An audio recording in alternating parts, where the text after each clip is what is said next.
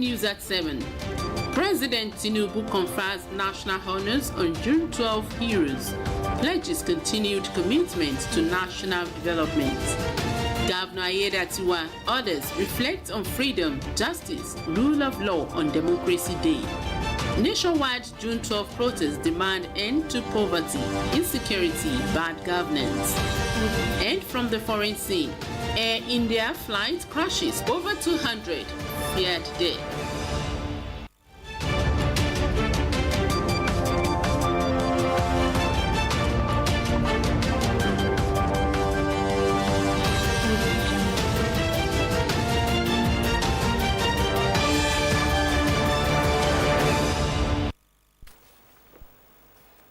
Good evening and glad to have you on the news at 7. I am Omoshiliola Adesoye Ajayi and I say Happy Democracy Day to you all. Today, Nigeria is celebrating Democracy Day. June 12, Democracy Day in Nigeria commemorates a pivotal moment in the nation's democratic journey, marking the anniversary of the 1993 presidential election, widely regarded as the freest and fairest in Nigerian history. On this day, millions of Nigerians cast their votes, resulting in a clear victory for Moshood Abiola of the Social Democratic Party. However, the then military ruler General Ibrahim Babangida annulled the elections, sparking widespread protests and political unrest across the country. In recognition of the significance of June 12, the Nigerian government officially shifted Democracy Day from May 29 to June 12 in 2018. This change was meant to honor MK Abiola's legacy and the democratic ideals he represented. The day now serves as a national public holiday to celebrate Nigeria's democratic resilience and reaffirm their commitment to democratic governance. Today, Democracy Day not only honors the sacrifices made, but also provides an opportunity for reflection on Nigeria's democratic progress and challenges. And during his June 12th address to a joint session of the National Assembly in Abuja, President Bola Tinubu conferred national honors on key figures in Nigeria's democratic history. Among those honored were Chief MK Abiola, former chairman of the now-defunct National Electoral Commission, NEC, and Humphrey Nwosu. The president also announced the posthumous conferment of the Commander of the Federal Republic, CFR, national honors on Kudirat Abiola, a celebrated heroine of the June 12 struggle. President Tinubu emphasized the importance of recognizing those who made significant sacrifices, facing immense challenges and danger to establish the preserved democracy in Nigeria. Odunayo Soya monitored the address in our reports. President Bola Tinubu also conferred national honors on Nobel laureate Wole Soyinka, Bishop Matthew Kuka of the Sokoto Diocese, and several other distinguished Nigerians for their significant contributions to the nation, particularly in advancing democracy and social justice. Ensure we have a regime of democracy in our country.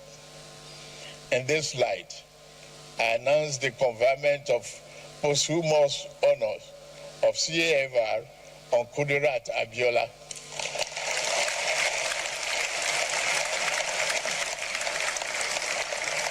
The heroine of our June 12 struggle. I also confer posthumous honor on Shehu Musa Yar'Adua, GCFR, and Professor Humphrey Nwosu, CON, Rear Admiral Kanu, CON, Balarabe Musa, CFR, Paul Alfred Riwani, CFR, Bagabda Kato, OON, Chimaubani, OON, Dr. Bekora Samkuchi, CON.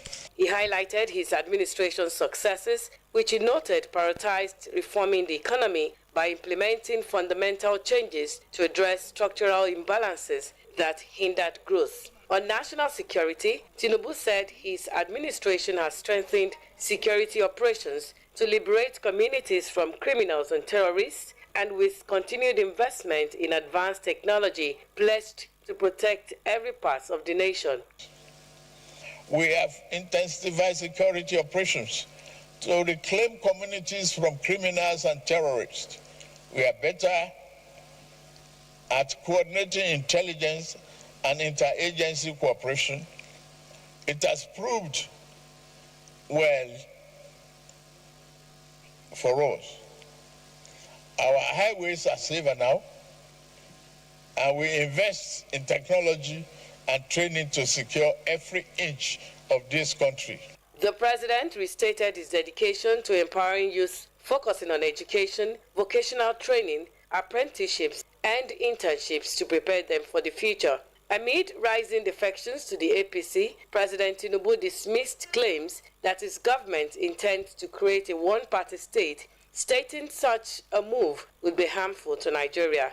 Tinubu stated that he has no plans to make Nigeria a one-party state, but welcomed opposition members who wish to join the APC. He commended both chambers of the National Assembly for their support, urging them on innovative laws that boost industrial growth, job creation in cities, and enhance food security and protection.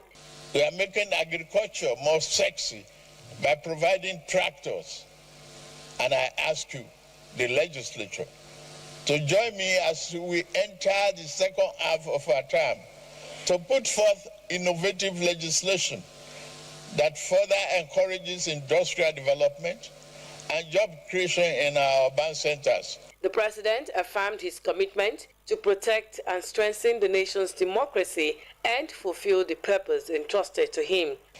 We do not seek silence because the imposed silence of repressed voices may breed chaos and ill will, not the harmonic of democracy in the long term. While malicious slander and libel should not go unattended, no one should bear the brunt of injustice for merely writing a bad report about me or called me names. Democracy requires a fair degree of tolerance for harsh words and stinging insults. President Bola Tinubu formally decorated the presiding officers of the National Assembly with the national honors previously conferred upon them last year. Recipients included Senate President Godswill Akpabio, GCON, Speaker of the House of Representatives Tajuddin Abbas, GCON, Deputy Senate President Barau Jibrin, CFR, and Deputy Speaker Benjamin Kalu, CFR. Tinubu described the awards as a national recognition of their contributions to defending truth, fighting repression, and expanding Nigeria's democratic space. Odunayo Sawyer, OSRC News. Meanwhile, President Bola Tinubu has granted a full posthumous presidential pardon to Ken Saro-Wiwa and the other 8 members of the Ogoni 9 nearly 30 years after the execution under the military regime of General Sani Abacha. Tinubu also conferred posthumous national honors awarding Saro-Wiwa, the commander of the Order of Niger CON, and the 8 other men, Saturday Dobe, Nodu Eyawo, Danet Boko, Paul Levera, Felix Nuati, Baribo Kiobel, and John Nne, the officer of the Order of Niger OON. The Ogoni 9 were executed in 1995 after being convicted by a special military tribunal on charges widely condemned as politically motivated. Their death sparked international outrage, led to Nigeria's suspension from the Commonwealth, and became a symbol of the struggle against environmental injustice and authoritarian repression. President Tinubu also stated that other individuals would receive presidential pardons soon in conjunction with the National Council of State. He emphasized the importance of healing history wounds and acknowledged the deep scar the executions left on nation's conscience. In the same vein, the National Assembly has adopted June 12 as the day for the President of Nigeria to address a joint session of the legislature. President of the Senate, Godswill Akpabio, announced the formalization of the date following a motion raised by Speaker of the House of Representatives, Tajuddin Abbas. The Senate had earlier on June 10 hinted at plans to institutionalize the annual presidential address on June 12, giving it historic significance. Also, the June 12, 1993 presidential election has been described as not only a watershed that has lasting impact on the country's democratic journey, but has strengthened the collective struggle for freedom, justice, and the rule of law. Ondo State Governor Lucky Aiyedatiwa at the 2025 June 12 Democracy Day celebration in Akure said the annulment of the election and the subsequent governance arrangements resulted in the loss of momentum in Nigeria's development trajectory. Government House correspondent Wahab Bankole reports that this year's celebration was themed June 12 losses and gains in relationship to today's democratic reality in Nigeria.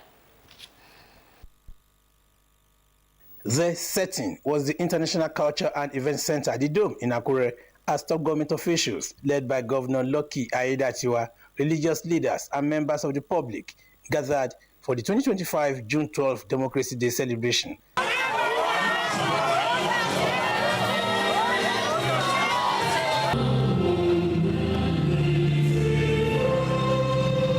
Since the conduct and the subsequent annulment of the June 12, 1993 presidential election by the then military junta, several events have continued to unfold. One of such is the immortalization of the election date, which is now being celebrated nationwide.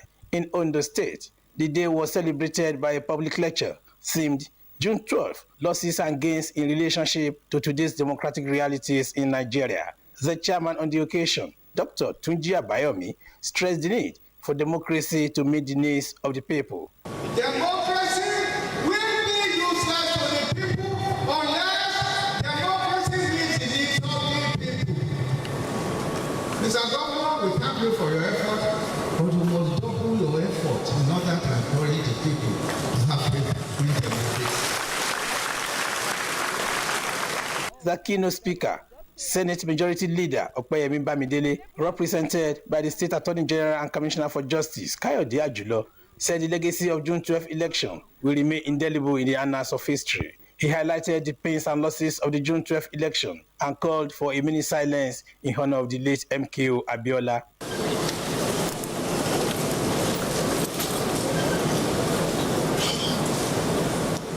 Thank you. May his gentle soul continue to rest in peace. Amen. Let us honor the legacy of those who sacrificed for our freedom. Let us strive to build a Nigeria where democracy is not merely a system of governance, but a way of life. One that is inclusive, accountable, and just for every citizen. Governor Lucky Aiyedatiwa said the June 12 election has strengthened the collective struggle for freedom, justice, and the rule of law. He said the unfortunate interruption of democratic governance in Nigeria over the years led to a range of challenges which have accentuated the disruption of economic growth, limitations of access to education, healthcare, and constraints on civic engagement. The whole nation spoke with one voice and agreed with one mind in 1993 that MKO Abiola has been identified as the man that can rule this nation. And they all went out to vote for him, and he won across board. Same happened in November 16, 2024. In Ondo State. You can imagine somebody like Abiola rule this nation. We don't know. Nobody can quantify the kind of transformation changes we will have brought in. That is a great loss. We must acknowledge the supreme sacrifice paid by the late Bashir MKO Abiola, GCFR, and honor his memories for his enduring legacies of promoting the people's welfare over self-interest. We also remember and acknowledge the contributions of all the nationalists that contributed one way or the other, especially those from Ondo State. The governor said despite the challenges, the country has made notable progress in the consolidation of democratic institutions. Aiyedatiwa highlighted interventions of his administration to make life more bearable for people of the state. This occasion of June 12 further reminds us of the importance of building on the gains and working towards a more progressive democracy that serves the needs and interests of all Nigerians. We are putting adequate security measures in place to ensure peace and safety of lives and property throughout the state. On workers' welfare, we have in place a culture of prompt payment of salaries and other entitlements as and when due. People now want to invest in Nigeria because Nigeria is stable politically and they could see what Mr. President is doing. He urged more support of the people towards realizing his administration's goals.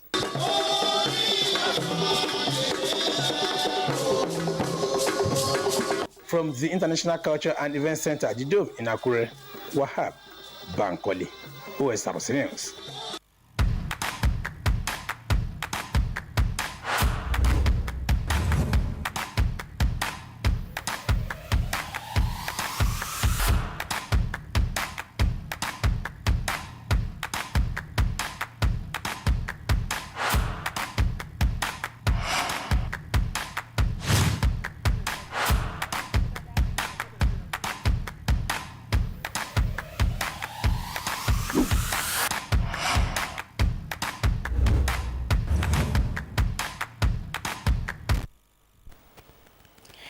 To speak further on Nigeria's democratic journey so far, I'm now being joined by a distinguished guest, a renowned scholar in the field of public administration and one of Africa's most respected voices in governance and institutional reform, who is currently serving as the lead public sector management specialist at the World Bank, Professor Ladipo Adamolekun. He will be speaking with us from the United States of America.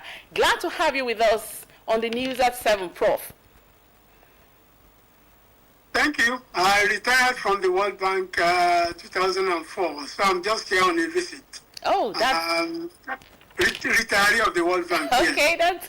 that's a long journey. Okay, carry on. Quick one, Prof. How did the June 12 crisis influence Nigeria's democratic journey? Nigeria has refused to allow June 12 to influence its democratic journey to the extent possible.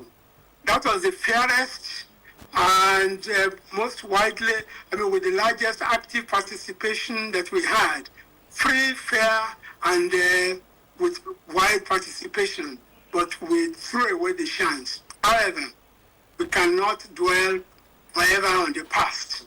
Buhari did a good thing by acknowledging, I think, what's his name? Babangida forgot to acknowledge, even when he was launching his autobiography or memoir. But Buhari did the right thing and conferred GCON on Abiola. Abiola will remain a matter of Nigerian democracy. Now, going forward, I would say clearly that our weak party system has been a great hindrance to the consolidation of democracy in Nigeria. And it is not that we do not know what to do. For instance, there is a wise report. Yar'Adua, arguably the most honest person who has ruled Nigeria since 1999. Unfortunately, he died after only 2 years. Others have been spending 8 years and doing very little. However, Yar'Adua set up that committee, and Wise produced a very thorough, sensible report in 2009. It is still laying on some shelves. The key recommendations have not been implemented, especially the recommendation that independent political candidates, independent Nigerians who want to consider themselves political independence should be considered, should be recognized. I've been political independence since 1969 and have not been recognized. I do vote from time to time for individuals, But however, if independence are recognized in Nigeria, it could change all these massive defections that we are witnessing today. I think Atiku was once in President Tinubu's camp. What's his name? Obi was also vice president candidate for Atiku. Okay. Let's now look at some gains. Some gains of Nigeria's 26 years of uninterrupted democracy. Let's look at how has it been for Nigerians? Well, I would say that we can acknowledge that being a country run by elections since 1999 is an achievement. But in terms of consequences for citizens, which people refer to as dividends of democracy, I think the citizens have not received adequate services and infrastructure. If you look at any other area, education, health, we really have not achieved as much as we can. I was saying the weak party system was a factor, but of course, I've come out very strongly that until Nigeria implements a devolved federal system, regardless of whether we are calling it democracy, regardless of who is president, we cannot meaningfully develop that country and give dividends of democracy to our citizens in terms of education, health, infrastructure. I live in Iju when I'm in Nigeria. There's never been any drop of public water since I retired, how many years ago now? Okay, over 20 years ago. The roads are bad, although they are doing it now. I don't know when they will finish. So infrastructure, electricity, roads, all of these things are lacking. And as I said, education is in decline, health is inadequate. I mean, of course, we survived COVID, but we know that our health facilities are weak. All right, Professor Ladipo Adamolekun, thank you so much for speaking with us on the News at 7. Thank you. And we do hope that Nigerians will continue to enjoy dividends of democracy. We take a break now. When we come back, the news continues. Please don't go away.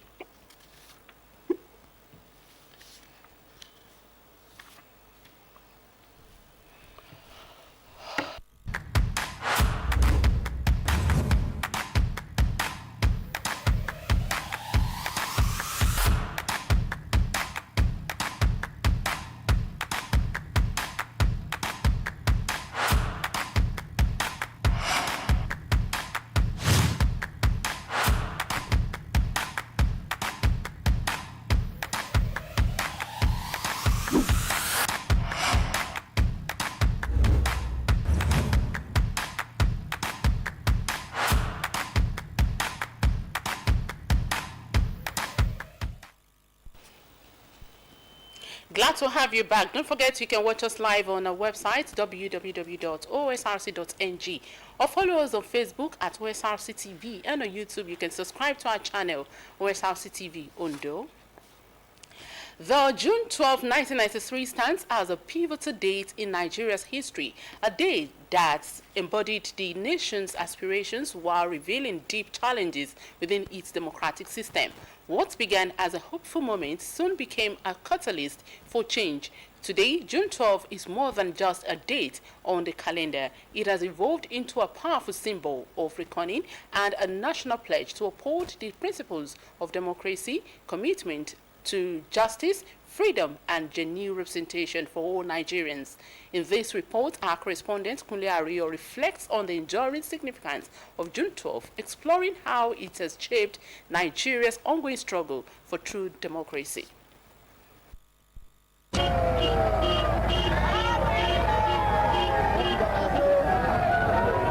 On June 12, 1993, millions of Nigerians participated in what is widely regarded as the freest and fairest election in the country's history. The presumed winner was Chief Moshood Kashima Wolawale Abiola, a businessman and philanthropist known for uniting people across ethnic and religious divides through his campaign. That was a unique occasion when the three dominant groups in this country subdued our tribal prejudices and voted freely for one Nigeria. However, just days after the election, the military regime under General Ibrahim Babangida announced the result, plunging the nation into political chaos and uncertainty. It is true that the presidential election was generally seen to be free, fair, and peaceful. However, there was in fact a huge array of electoral practices virtually in all the states of the Federation. Many Nigerians dismissed the official explanation as a cover for the military's refusal to relinquish power. I'm the custodian of a sacred mandate freely given, which I cannot surrender unless the people so demand. In response, Chief Abiola steadfastly rejected the annulment and, in June 1994, boldly proclaimed himself the lawful president of Nigeria, asserting that he had a legitimate mandate freely granted by the people. Assuming there was good faith on the part of government, all matters relating to the election should have gone to the tribunal set up by law for such cases and should only have been initiated by persons or bodies that had genuine interest in the election. Instead, we are being told that the judiciary behaved so badly that I, Moshood Kashimawo Olawale Abiola, should be penalized for his conduct. It is incredible. In view of all this, I find the conclusion unfortunate but inescapable that the federal military government is guilty of bad faith, pure and simple. No one has accused me of any offense against any known electoral law or regulation. The people of this country went to polls on Saturday, June 12, 1993, and without let or hindrance chose me as their president. Didn't they? They did. Following his bold declaration of himself as a lawful president in June 1994, Chief Moshood Abiola was arrested by the military regime led by General Sani Abacha. He was detained without trial and remanded in custody until his death in 1998 under suspicious circumstances. Chief MKO Abiola flagrantly perpetuated acts which breached the laws of the land, but government in its magnanimity never gave him serious attention. His most recent action of declaring himself the President and Commander-in-Chief of the Armed Forces of the Federal Republic of Nigeria incited the public to insurrection and attempting to topple the government by force with a view to installing himself as president, however led to his arrest by the law enforcement agents. Protests erupted across the nation as civil liberties were suppressed and countless Nigerians sacrificed their lives in the struggle to defend the people's rightful mandate.